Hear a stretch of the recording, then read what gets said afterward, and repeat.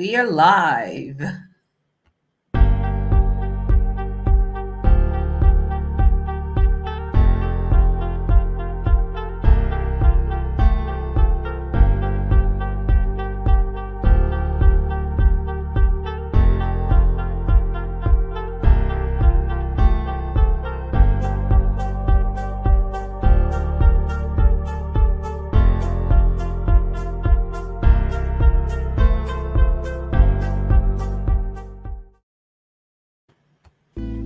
In April 2019, all roads led to New Delhi, India, where I was scheduled to pick up my first international award at the Women Economic Forum. But I wasn't there alone, as thousands of women came from across the globe, and one of them was Catherine Winch. She was also being celebrated for her phenomenal work. From the moment I met Catherine, I was fascinated by her act of generosity, flying all the way from the US to India with 300 books for the women. She shared her heart, signed autographs, plus she was fascinated by the beautiful and colorful women from Nigeria. Who knew 3 years later I would have the honor of speaking on stage with her? Catherine Winch is the founder and CEO of the Mom Complex, where she helps some of the largest companies in the world, such as Walmart, Johnson & Johnson, Pinterest, and Chobani, develop better products and services for mothers. She's also the author of the popular book Slay Like a Mother, which Parade magazine named one of the top 10 life-changing self-help books of the year. Catherine's sought-after research on women and mothers has been featured by the Today Show, the New York Times, the Wall Street Journal, and Working Mother magazine. However, don't let all the accolades fool you. She's also been through years of therapy, decades of self-doubt, and more than her fair share of tequila. Thankfully, she tamed her dragon of self-doubt, and now she's helping other women do the same. The Mom Closet community, please help me make welcome to the first ever YouTube live show, Catherine Winch.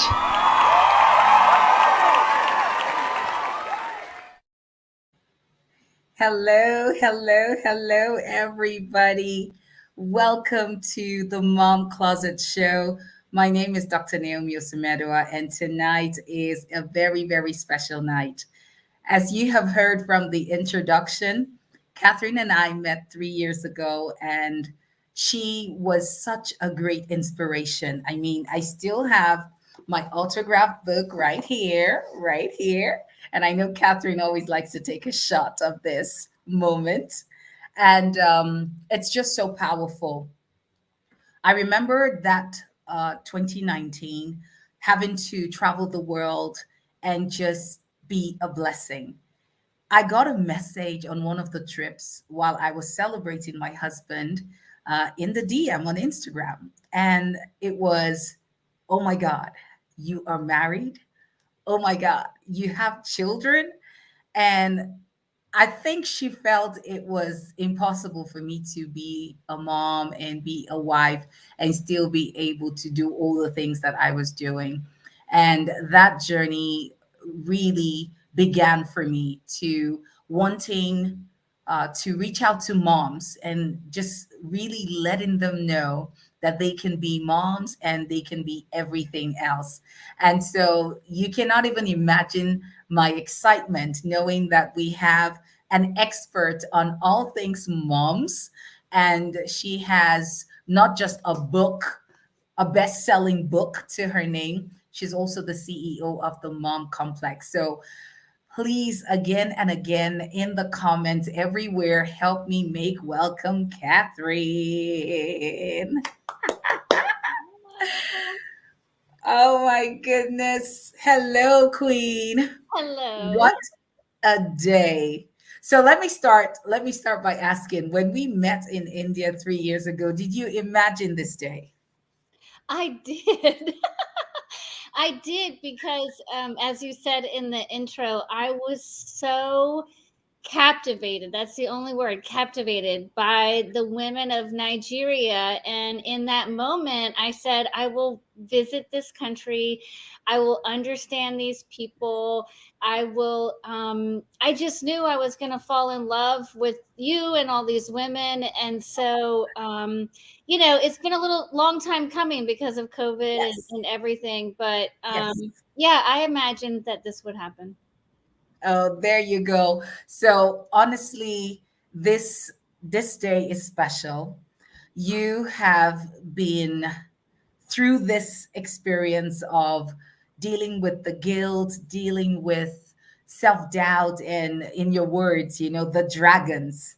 And you have conquered and you continue to conquer. And today you're so passionate about helping other women do the same. At the Mom Closet, our slogan, our message is this is a place to experience freedom. So let's start with what that freedom is like for you, because I think I want moms to get that picture of what it's like on the other side where you're not tormented day in day out with the guilt of motherhood and everything that comes with it. So I want you to start by telling us about that place of freedom.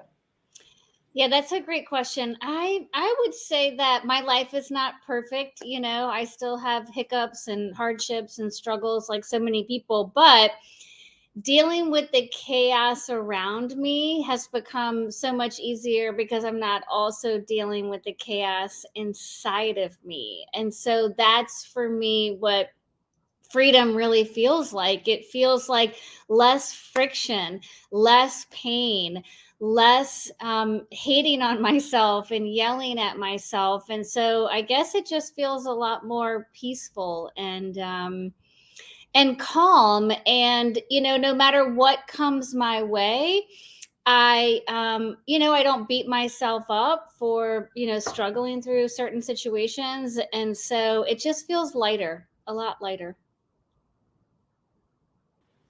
I love it. It feels a lot lighter. And at this moment, I really want to take some time out to welcome all the people joining us live. And of course, those who are watching this, those who will watch this on the replay, we have nothing but love for you. I see Fumi, I see Emmanuel, I see Amaumi, and Nena is here as well. Dio is here. Please, guys, share this out, share this, share this. Let's have more people join us. I am so grateful that you're spending this evening, morning, or afternoon, wherever you are in the world with us. Okay, Catherine, in your book, you said something really powerful. There is a difference between struggling and suffering. Now, this really got me. And you said being a mother is a struggle. It always has been, but your suffering is optional. Tell us about that. So, according to my research, there's a fine line, but a really important line in distinction between struggling and suffering. So, the way I like to think about it is that the struggles in your life are brought on by the external circumstances in your life. So, figuring out what to feed your family, trying to get a new job, struggling with breast cancer, having a child that has ADD, ADHD, the list is endless. Those are struggles, and they're brought on by the things around you. And what's important to know is those struggles are never not going to be there. In other words, when you conquer one struggle, there's going to be the next one. I'm a mother of two teenagers, and it's a struggle because I've never been a mother to teenagers before. So just expect that you're always going to struggle, but we suffer and we dip down into suffering at our own hand. And so suffering is brought on by the internal circumstances in your life, how you feel about yourself, how you speak to yourself. And as Eleanor Roosevelt once said, no one can make you feel bad about yourself without your permission. And so we suffer when we say, oh, you suck. You're not good enough. You're not thin enough. You're not patient enough. You're not mom enough. Everything you do is terrible. This negative self talk. And so, what I talk about and say, like a mother, is that the struggle is real, but the suffering is optional. And while that might sound overwhelming, it's really meant to be empowering. So if you are causing your own suffering, then you can uncause it. You can stop yelling at yourself. You can learn to respect and love yourself. And then you can just struggle. So if you're listening to this and you're struggling, you're winning. Good job. Wow. I think I love what you shared. And I read this in the book about how you just said it now. You are a mom of two teenagers and you've never been there before. I think we lose sight of that. I'm a mom and that's it. And with every stage our kids grow into, we're starting that all over again. And so it's important that we give ourselves the grace. And even if you have five teenagers, hello, go figure. Five of them can come out of you, but they all have different behavior patterns. They react to things differently, and so you're trying to figure out what worked for John isn't working for Kate, and that certainly isn't working for Michael. And so it's a continuous learning process, and you wonder why we put ourselves in this place where we feel I'm not good enough. And let's talk about that, because you did mention that you were a card carrying member of that community. So tell us about, the early days, before the whole dragon slaying moment. Tell us about just what it was like being in that place of carrying that card. Yeah. Um, so for 20 years of my life, from age 15 to 35, I lived with a pretty ferocious dragon of self doubt inside of me. And I never felt good enough. And it didn't matter if I got a straight A report card in school, or I got a big promotion at work. It was never enough. I was always chasing, always running. I was always hustling for external approval and external love. And what, after many years of therapy, I came to realize was that I was so desperate to impress other people because I was so unimpressed with myself. And I thought the more I achieve, the more perfect I can be, then finally I will love myself. And I was exhausted. I was working 80 hours a week in my career. I was a shell of a human being, just trying to prove myself on this hamster wheel that I was running on. And then it finally dawned on me that if I'm not fulfilled, if I don't love myself after this big bag of trophies and accolades that I have collected, then what in the world is wrong? And that's really what sparked my 2 year self help journey, where I went through lots of therapy. I can't recommend therapy enough.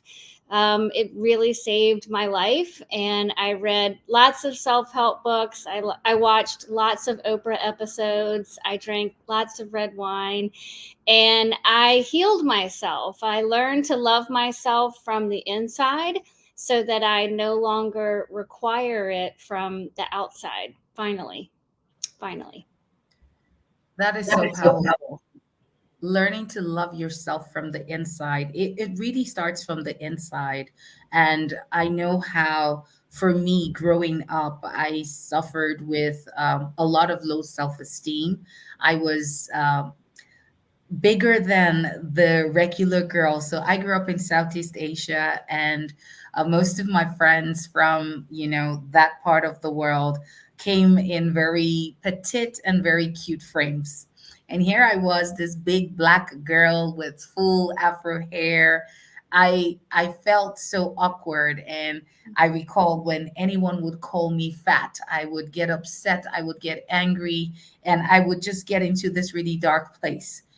It would take years for me to realize that that whole experience as a teenager ended up affecting me at the age of 22, when I ran away from home, when I eloped, because I was constantly searching for someone to affirm me, someone to make me feel like I was good enough. And it is important that we slay those dragons. It's important that we shut the voices up, because I would never have imagined that not dealing with that childhood trauma of being called fat and getting angry and just feeling not beautiful was going to get me to a place where I would meet someone and against better judgment, I would do the unthinkable. I mean, perhaps in your part of the world, it's kind of okay to elope, but here it was more like a taboo, and it still is, because we have such a big, rich culture of parents giving their children away in marriage. It is the most honorable thing to do. It's unheard of and unthinkable for one from this parts to just get up and get married. We don't do such. And it was a turning point for me. And I remember by the age of 31, I was already divorced, a single mom with two sons, and just wondering, how did I get here? Well, I got there by not slaying my dragons. I got there by searching for love in all the wrong places and just waiting for someone to affirm me when I should have, gotten to that place of knowing who I am. And I I am a believer and I understand what God's word says about me. And that has kept me so grounded now. And even when the voices come and even when the thoughts come about, look at you, you've added the list, or rather, you've added divorced to the family tree. Because I still get those feelings. You've added this to the family tree. And I tell myself, well, yes, it happened. Yes, I made some poor decisions. I made some poor decisions. I made some, you know, bad choices. However, We all do. not yes. Yes, we all do.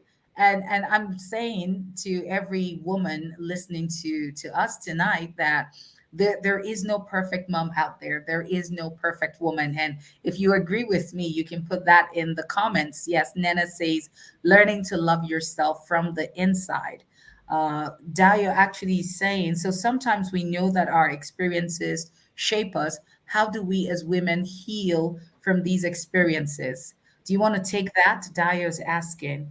How do we Yeah, heal? absolutely. I think the first way to heal is to admit that it happened. And Naomi, you just did it. It's recognizing and remembering and pinpointing and saying, this happened to me when I was a young girl. Someone called me fat and it stuck to me. And my self esteem, took a nosedive. And according to my research with women all around the world, 75% of the time, our dragons of self doubt are born during or before adolescence. And so it's very rare that becoming a mother actually causes your self doubt. What's more likely is that it was born when you were a teenager or younger, and something stuck to you, it hurt you, and you've carried that baggage forward, as you said. And then what happens is we become a mother and we just have 152 new reasons every day to think we suck because we want to do this so well. We want to do a good job at being a mother. So the most important step in healing is to admit that you are hurt and to understand and do some journaling, some investigation into who hurt you, how old were you? And the reason that you need to do that is because that which you name has less power over you. And for me, for so long, I didn't know what it was. I didn't recognize what it was. I didn't address it. And so admitting it, and you can admit it on paper first. Maybe you can write it in your book, you can write it in your journal, and then you have to start saying it out loud. Because I can imagine, Naomi, even for you, being able to say, I was called fat and it really hurt me, has to give you some freedom from that, Mhm. right? That's true. That's true. And getting to that place really of realizing, well, I may have been fat. I mean, it's not like I'm a size two right now. But I think I've grown to that place of embracing my body and just recognizing the fact that I am beautifully endowed. As a matter of fact, now when I talk about trying to lose weight, I get all sorts of people say, "Oh my God, but you are beautiful. Oh, you carry your body so well." And I'm in a better place, no doubt about it. But really recognizing the fact that this is what it is. And I do not have to let the words of others define me. And I learned that also from one of my coaches, Karen Donaldson. And she would often say, "The words of others do not define me." And if you agree, please put that in the comments as well. The words of others do not define me. And I think it's so important that we speak kindness to ourselves. Yeah. I don't think we're doing that enough, Catherine. I don't No. think we're doing that enough. Just speaking kindness to yourself. Because in the world where we are constantly, bombarded on every side, Facebook, Instagram, LinkedIn, television, everywhere there is a perceived perfect woman out there, with the perfect body and the perfect smile and the perfect children. There is that tendency to feel, my goodness, my life really sucks. I'm not I'm not doing anything. You look at everyone else and you think, well, they have it figured out. Like, look at you. What are you even doing? Mm. Some days I just pause and say, girl, you're doing good. You're doing good. Just pat yourself on the back and say, girl, you are doing good.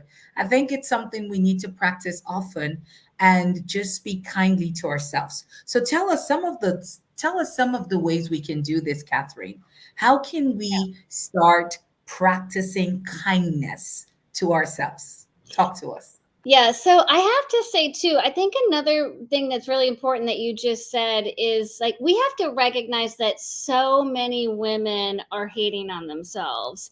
And again, that can seem overwhelming, but at the same time, it should feel a little bit freeing. So when I did a research study with women in 17 different countries and found out that the number one emotion was self-doubt, it was very freeing to me because I thought I was the only one. I was the only one that thought I was pathetic and everybody else is perfect. And Naomi, when I met you in Nigeria and you had that gorgeous red cape dress on and the most beautiful hair I'd ever seen, and you were so lit up from the inside, and I could tell that my talk affected you. I could tell that it was very meaningful to you. And I remember thinking, what in the flip is she self-conscious about? I mean, I just remember being like, there's no way in the world that woman has self-doubt. Like, she is such a queen. And so, anyway, I'll get to the kindness thing, but I just think it's important because we make ourselves feel worse when we think we're the only ones that feel this way, and we think every other woman is just floating through life on clouds and has no problems. And I'm here to tell you that that is not the case. True. One way is just know that you're not the only one, you're not the only one that feels that way. But Right. okay, so how do you be kind to yourself? So the way I like to talk about it is, how can you teach the mean voice in your head some manners? So this mean voice that you have in your head, it's never going to completely go away. There's always, something that we can be critical about ourselves, and that's not always a terrible thing, but you can teach it some manners. So I'll give you an example, and it is a practice. You're going to constantly have to do this. So I was in a hotel gym not too long ago on a trip, and I got up a little early and I went and rode the exercise bike at the gym. And when I was done, I rested my hands on like the top side of my backside. I was kind of, stretching when I was done. And my hands grabbed what felt like two handfuls of cellulite. And so the negative voice in my head automatically said, what must that look like? And I'm looking around like, can everybody see my cellulite? And so, first of all, I heard the negative voice. And that's really important because a lot of times we just yell at ourselves all day and we never pay attention to it. We never actually hear it. So I heard the negative voice, and then I taught it some manners. And what I said was, what this looks like is that I got my ass out of bed and I put it on a bike. That's what this looks like. And so, even if that negative voice comes back time and time and time again, please know that you can have the final word. You can teach it some manners, and you get to decide whether having cellulite makes you a loser or you're a champion for getting out of bed and exercising. You get to decide. You get to decide. So we truly do have the power, don't we, to decide Yeah. cellulite all over the place, or I got out of bed, even if it was just for a 10-minute walk. I got out of bed and I did something for me today. I want to read something from your book. And ladies and gentlemen in the comments, please let me know if you're getting value, because my notes are full. I am taking down all the notes. When I'm not on the screen, I am taking down the notes. And it's important that we share some feedback with Catherine tonight. So please let me know what you're picking out of this session so far. So there is this part of the book where you talked about some of the ways that we may be talking to ourselves. So struggling versus suffering. So struggling. I have nothing for dinner as usual. Looks like chicken nuggets and frozen broccoli again. Maybe this time they will eat it with hummus. Here goes nothing. And suffering is I am a poor excuse for a mother because my friend Kelsey's kids devour broccoli like it's candy, while mine yell at me for even putting it on their plate. One more. Struggling. If my mom says one more thing about my son's grades, I'm going to start buying wine in bulk. Suffering. I have really let my son's standards slip. Even my own mother sees it. We both know he'll probably end up in jail by the time he's 16, and it will be all my fault. We have to talk about this. Why do we do this to ourselves? Why? Why? And I know you shared a little bit about struggling and suffering, but these are very practical examples of just how we take things to the extreme of just thinking, okay, something happens and that's it. This Yeah. child is ending up in jail and Yeah. it's my fault. I failed. I'm a terrible mother. I'm a terrible excuse of a mother. Tell me a little bit why why you think we take these things to the extreme. Like there must be some science, some there must be some angle to this that I don't know. Like it just has to be the other end of the stick. We don't even find a middle ground. It just feels like it has to be the other end of the stick. Why do we do this, Catherine? Why? Well, we do it because we're starting from a deficit. So if we just felt normal about ourselves or neutral about ourselves, we wouldn't do this. But we start in this deficit of self doubt, meaning we're telling ourselves that we suck every day.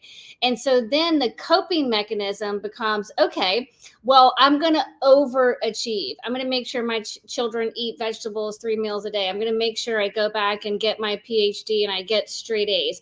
So there's a difference between expectations that are high. We should all have high expectations, but we make them too high because we truly believe in our soul that if we can achieve them, and if we can be perfect, then we will finally feel better about ourselves. But what happens is we think that these superhero expectations that we set are going to make us feel better. We think they're going to set us up for success, but they actually set us up for failure because there's no way you can achieve all the things at the level that you're trying to achieve them at. So what happens? You're in this deficit. You raise your expectations too high, you can't meet them.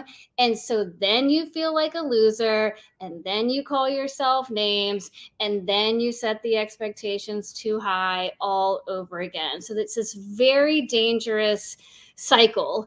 And in the book, I talk about how to kind of level set those expectations. And one way to do that is to write down, my therapist had me do this. Write down, what are your expectations for yourself? What are your expectations for motherhood? What are your expectations, as a wife? And when my therapist had me do this maybe 8 years ago, I was horrified at what I wrote down. And what I wrote down was, I expect to be the perfect mother all day, every day, in everyone's eyes. That's what I wrote down. And so hopefully you can see that that is not setting me up for success. That is setting Not me at up all. for failure. And then she had me think about it and rewrite my expectations and, really bring them back down to earth. And now my expectations are do the best that I can, don't hate on myself, all the time, and expect it to be really, really hard because it is hard to be a mother. And as you can see, those expectations set me up for success instead of for failure. That is so true. Setting you up for success and not for failure. We are going to go for a quick break. This is the time for you to grab water. If you haven't shared this yet, this is a good time to run off to Facebook, Instagram, and WhatsApp and let your tribe know that we are live on YouTube. We will be back in a second. Want to learn something new? Be ahead of competition? And simply just stand out from the crowd? I know a perfect place. Go, sparkle your world.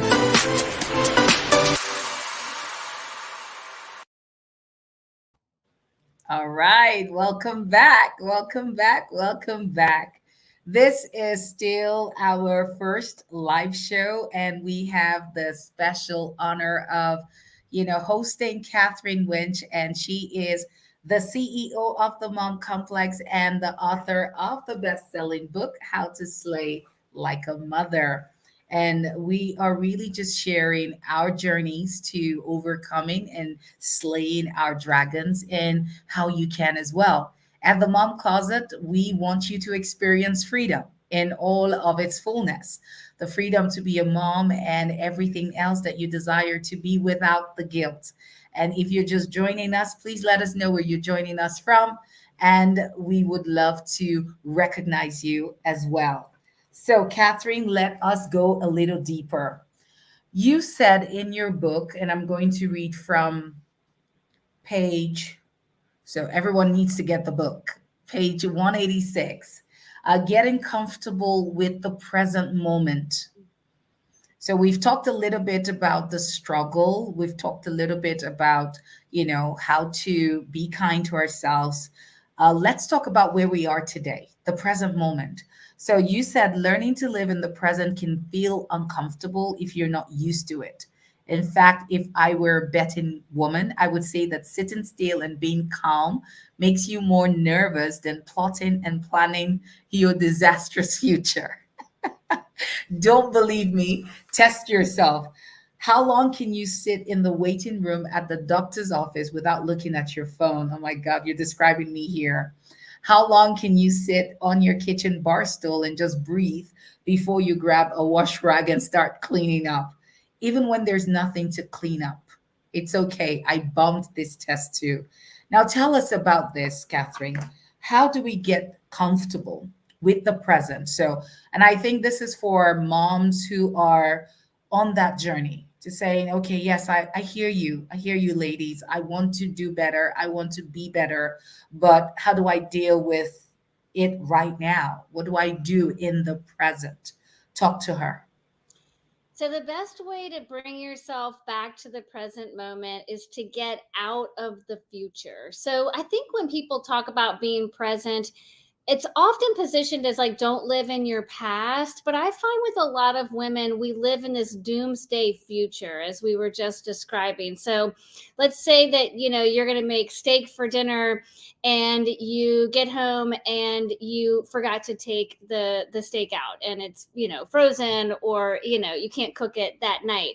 And then all of a sudden what happens? The wheels start turning. You go, oh my gosh, my family's not going to have anything to eat. And then they're going to eat cereal and everybody's going to be mad at me and I'm a terrible mother and blah, blah, blah, blah, blah, blah, blah. And we fast forward so quickly to this disastrous ending of whatever follows a mistake that we made. And so you have to catch yourself doing that. And then the way you bring yourself back to this moment is what I do is I just say to myself, and sometimes I even say it out loud if I need to, right here, right now. I am not in the future when my family yells at me for not getting the dinner right. I'm not in the future when my child doesn't know how to do their laundry and nobody wants to marry them. Whatever it is, it's so catch yourself, just like the mean voice. Catch yourself when you're living in the future. Take a deep breath and say, right here, right now. And all that anxiety that comes with thinking about the future will dissipate. It will disappear, and it might come back a few minutes later. But if you have to say right here, right now, 100 times a day, it's just your cue to keep your body and your mind in the same time zone. So your body is in this time zone. It is not 3 days from now. It is not 2 years from now. It's this day right here. But your mind wants to go to the future, and that's where all your anxiety lies. So, right here, right now. Right here, right now. Right here, right now. So, for all of you in the comments, please put that in right here, right now. I want to see that in the comments right here, right now. And this is so important because yes, we could be so immersed in wanting to, you know, be in the future that we actually lose the present.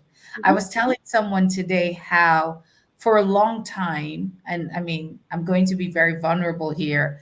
I totally despise the holidays, especially because I just felt there was never going to be enough time to be there for my kids. I mean, it was easy for them to be at school and then I could catch up with work. But every time it would be holiday season, I would just feel so miserable. I would just constantly feel guilty. If I'm at work, I'm thinking they're at home, other mothers are with their children and here I am trying to save the world. And I said to someone today, I've grown to that place where I don't feel bad anymore. I love the fact that they're home. I mean, that is kind of hard to say, but it's true. I really have grown to the place of just loving the fact that they're home. And what you just shared really has helped me because this is me being in the present. I Mhm. mean, they're not going to need my attention. And I'm particularly talking about the little ones. So Samuel is 7 and Sparkle is 4, acting like she's 12. And those two, they literally own me. I mean, it's a miracle that they haven't stormed here yet. But I just would feel so bad about holiday season. But now, just because I am conscious of that right here, right now moment, knowing that they won't be tiny tots for too long. Pretty soon they just will not need to see me. I have days where the teenagers perhaps just come out when they need to eat and they sort themselves out and they're off. I remember a particular day I called my oldest who is 20 and I'm like, I think it was probably maybe 6 p.m. And I'm like, I think I'm just seeing you today for the first time. Yeah. Yeah.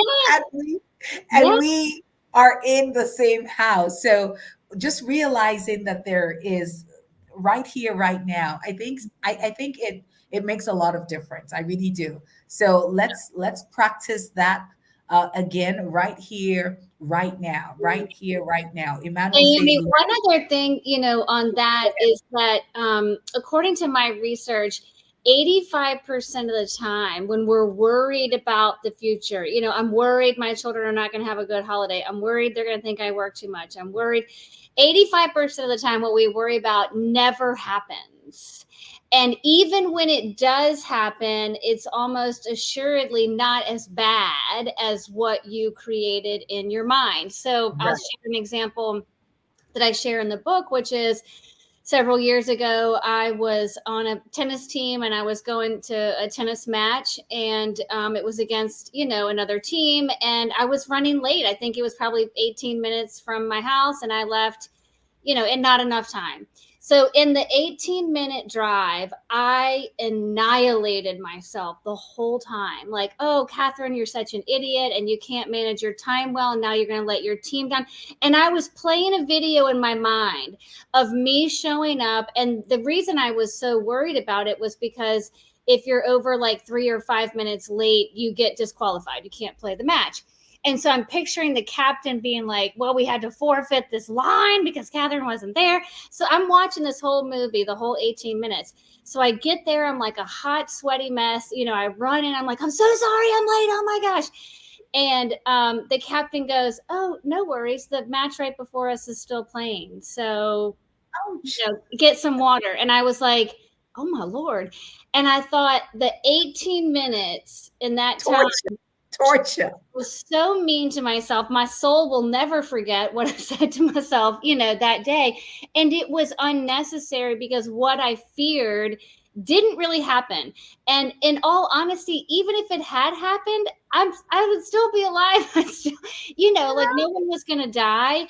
And maybe it would have taught me a good lesson and I would leave on time the next time. Maybe it would be a benefit to it. So anyway, just keep that in mind of so many of the things that we're fast forwarding into are never going to happen. They're never going to happen. Moms, experience the freedom of knowing that some of the things that you just worry about and predict right now are never going to happen. That right there is freedom. That right there is freedom. Let us talk about gratitude, the power of gratitude. And this is from page 223. And you talk about being thankful for what is within and around us. Tell us more about that, the power of gratitude. Yeah, the power of gratitude is really something. And I think it's often described in kind of such an airy fairy, I don't know, way that people don't really, grasp it. But what I know to be true is that you cannot be grateful and pissed off at the same time. And so when you're in a situation, maybe you've made a mistake, maybe something has gone wrong, maybe you're not doing, the best that you want to do at something. It's like, what can you like hit pause on and look around and say, I'm so grateful for XYZ. So I'll give you an example. The other day, my husband was doing something that, was annoying me. And I don't even remember what it was, but I remember thinking, gosh, this is really annoying me right now. And I had to find a way to transform that energy, which was very negative, into something that was very positive. And so I said, well, what am I really grateful for, when it comes to this man? And I thought, I'm so glad that I didn't marry that loser that I dated in high school. So I was able to say, like, okay, this guy's not perfect and he's doing something that's annoying me. And certainly I annoy him all the time. It's not, unique. But I thought, oh my gosh, I could be married to someone else. I could be married to that guy that I thought was great and really wasn't, or didn't treat me well. And so even in the toughest moments, you can find deep within you, just look around and say, what am I grateful for? I'm grateful that the sun is out. I'm grateful for this conversation. I'm grateful for a great bagel that I had today, whatever it is. But you can't be grateful and mad or upset at the same time. Absolutely. I took note of that. You cannot be grateful and pissed off. You cannot be grateful and mad at the same time.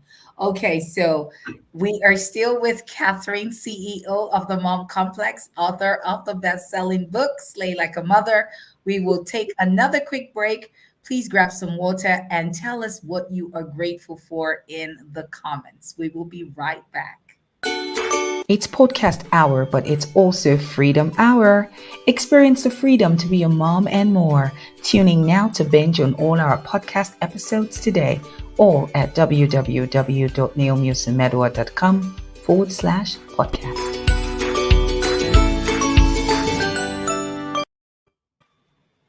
All right, we're back. We're back. We're back. I'm checking the comments, and Aisha is saying, find a positive moment even in the negative moments. And this is really powerful. At the Women with Stories, we believe something so profound. and that is your story is a gift. It means it doesn't matter what it is that you've gone through. We believe that whatever it is that you survived, whatever you've been through that didn't kill you, has given you a cure. And that cure is not for you, it's not just for you, but so that you can serve others. But one thing I've realized over the years is we go through pain and we stay there. We don't realize that there is a cure, there is a gift, there is purpose in that pain, and recognizing it makes a world of difference. I look back at my journey of running away from home and getting to a place where by 31 I was already divorced, alone with two children, and I could have stayed in that place of pain. I could have stayed in that place of guilt and all of those negative emotions. But like Aisha just mentioned, just finding the positive moment for me was realizing, well, now I know what to tell those who would like to make a decision like the one I made at 22. And so an entire movement was born from that journey. Well, I like to say that very ugly story. The Women with Stories was born from that story. And it's exciting because yes, drum roll, I want to let the world know publicly that we are having the Women with Stories event come the 27th and 28th of August 2022, live in the city of Abuja, Nigeria. And yours truly, Catherine Winch, woo, will be with us live in Nigeria. Can I get a big, big yay in the comments? Yes, yes, yes. This is our big moment of reveal. Catherine is coming to Nigeria. Yes, she is. August 27th and 28th. Yes, yay, yay, yay. I love it. Save the date. Save the date. We will start teasing on the 1st of May, this Sunday. Catherine is already set. I promise you, her bags are ready. She cannot even wait for one more night to be with us. And we're happy to have her. It's going to be a hybrid event. We will have a live audience at the most prestigious venue you can think of. And we will also be serving our online community from different parts of Nigeria and, of course, the rest of the world. So, again, August 27th and 28th, it will be a weekend of storytelling. It will be a festival of storytelling.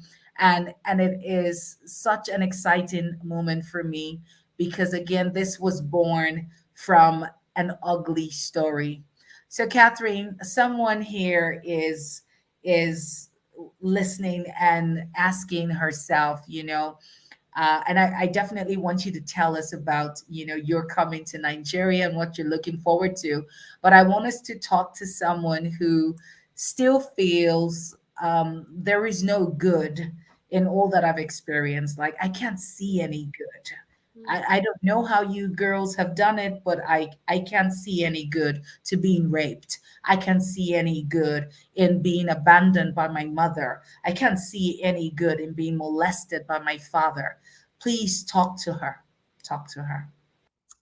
I would say that you're still here, you're still surviving, and maybe you can find some grace and some joy in how far you've come, that you haven't given up. You haven't thrown in the towel, and remind yourself and have some gratitude for the fighter that you are, and that if you have been through a terrible and traumatic experience, is there something about it that has made you stronger? And if you can't see that yet, then maybe there's hope in seeing that one day it will have less power over you, less control over you. And that's a day that you can look forward to. And My advice in the short term is start talking about it, or at least don't stop talking about it if you are talking about it. If you've been raped, if you've been molested, if you've been sexually abused, don't keep that inside of you, because when we keep secrets, it has a tendency to rot our souls. And if you can talk about it, if you can name it, it will have less power over you. It won't make the pain go away, but it'll have less power over you. Hmm. It won't make the pain go away. Catherine, does the pain ever really go away? Because sometimes I have those moments where it just feels like the wound is healed, but the scar is there. Mhm. And there could be trigger moments that cause that scar to sort of open up. Mhm. And it just feels like I'm right back at where I started from. Mhm. So this is for someone who is in her healing process, but still feels I just can't get this pain to go away. Like I'm really trying to see the good. I am trying to find the positive moments in all that I've been through, but I can't get this pain to go away. Talk to her.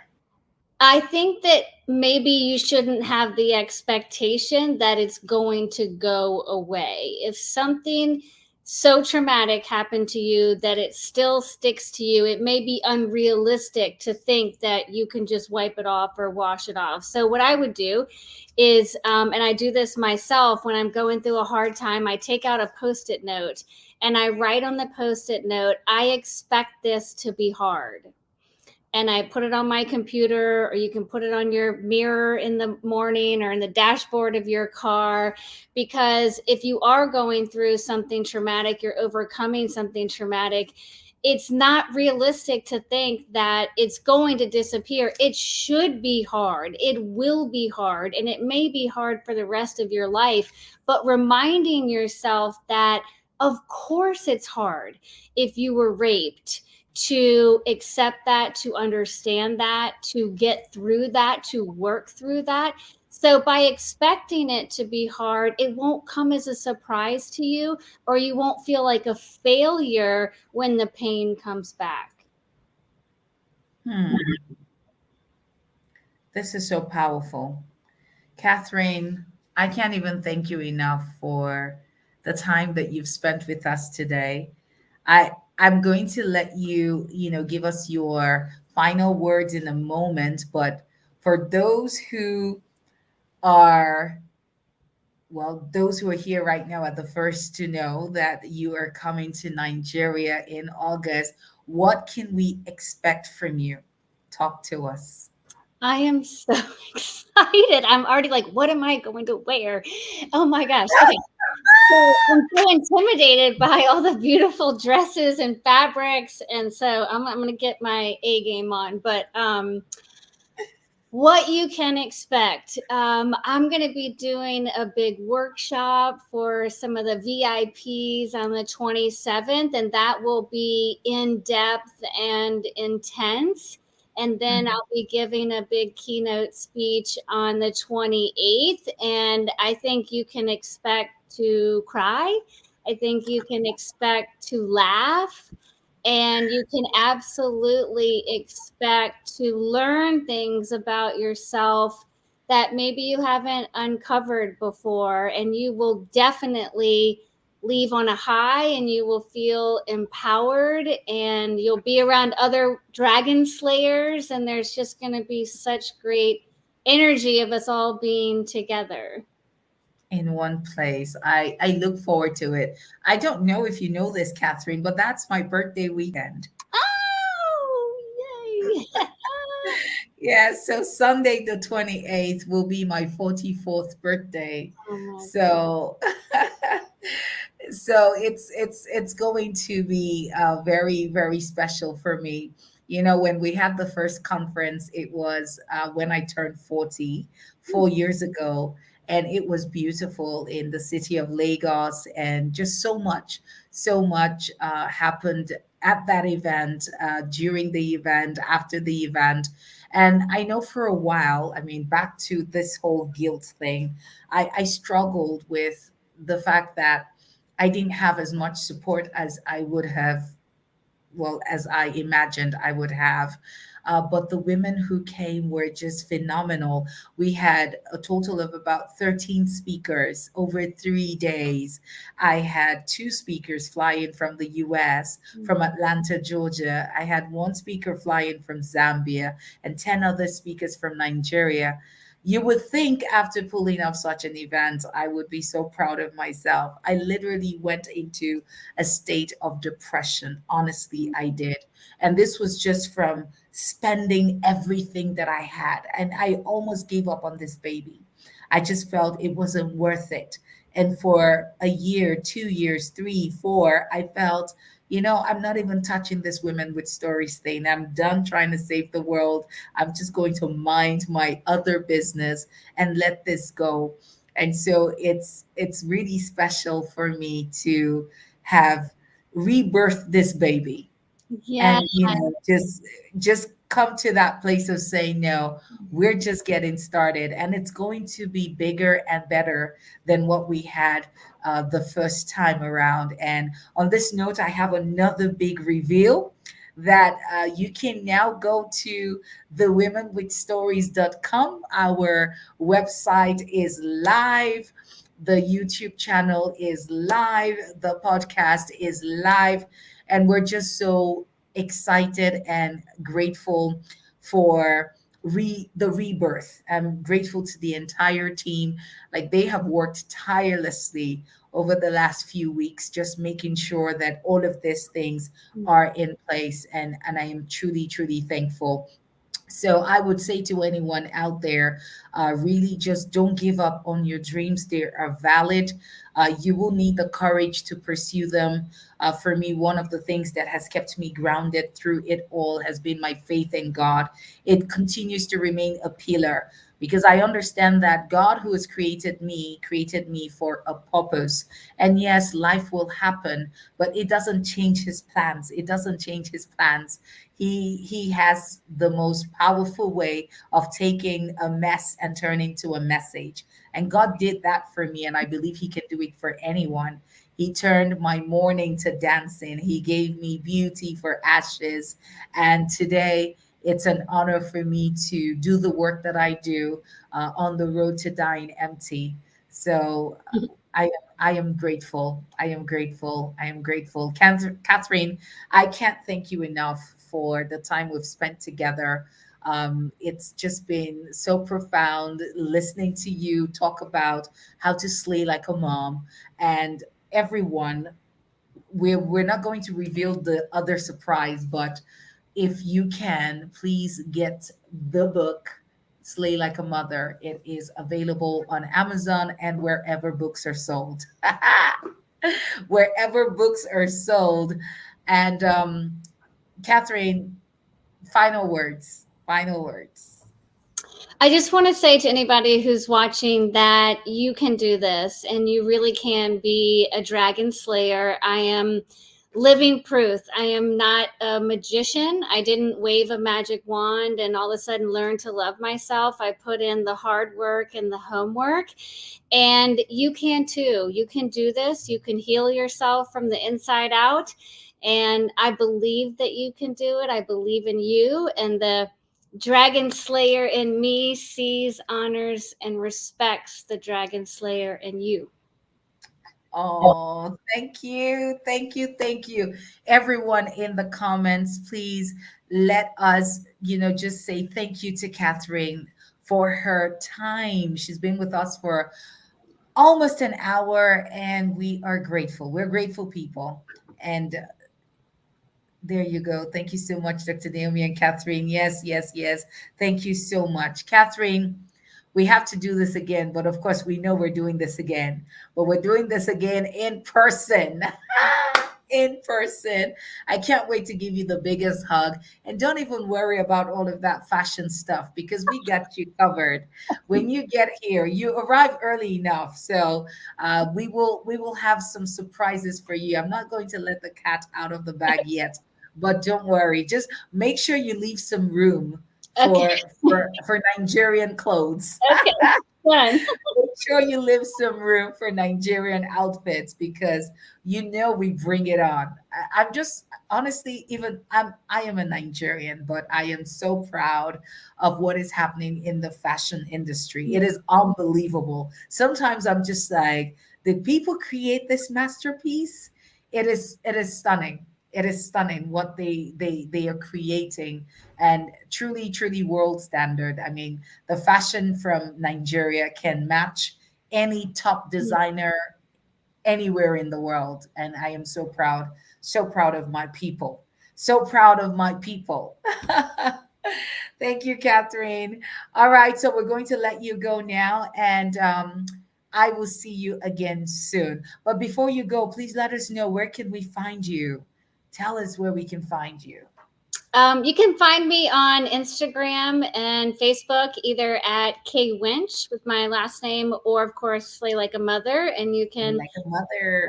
slaylikeamother.com. You can sign up for our newsletter where I release a blog post every 2 weeks. And there's an amazing video on slaylikeamother.com where women are revealing the last terrible thing that they said to themselves, which is pretty powerful. Oh, wow. Oh, wow. Once again, thank you so much, Catherine, and do enjoy the rest of the evening. Thank you. Bye for now. All right, people. This has been such a pleasure for me. I am so grateful. Thank you, Aisha. Thank you, everyone who made sure tonight was possible. Indeed, it was a wonderful session. Before we go, I have one more quick break, and I will come back to share my final thoughts. Two-time TEDx speaker, coach, consultant, author, oh yes, and mom. Want to know more about how this journey got started and how I'm serving you on the road to dying empty? Let's get connected.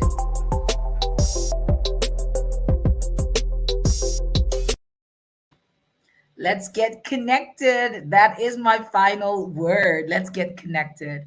My name is Naomi Osamedua, and I am on a mission to die empty, blessing the world with the gift of me. And the Mom Closet Show is one of the many ways that my gift finds an expression. Be sure to follow us, subscribe to this channel if you haven't already. And if you're watching this on the replay and you have stayed on till this time, you are the real MVP. And that's it for the show today. I will see you same time next month. Yes, our live shows will be the last Friday of every month. So I look forward to seeing you then. Until then, go slay like a mom. Bye for now.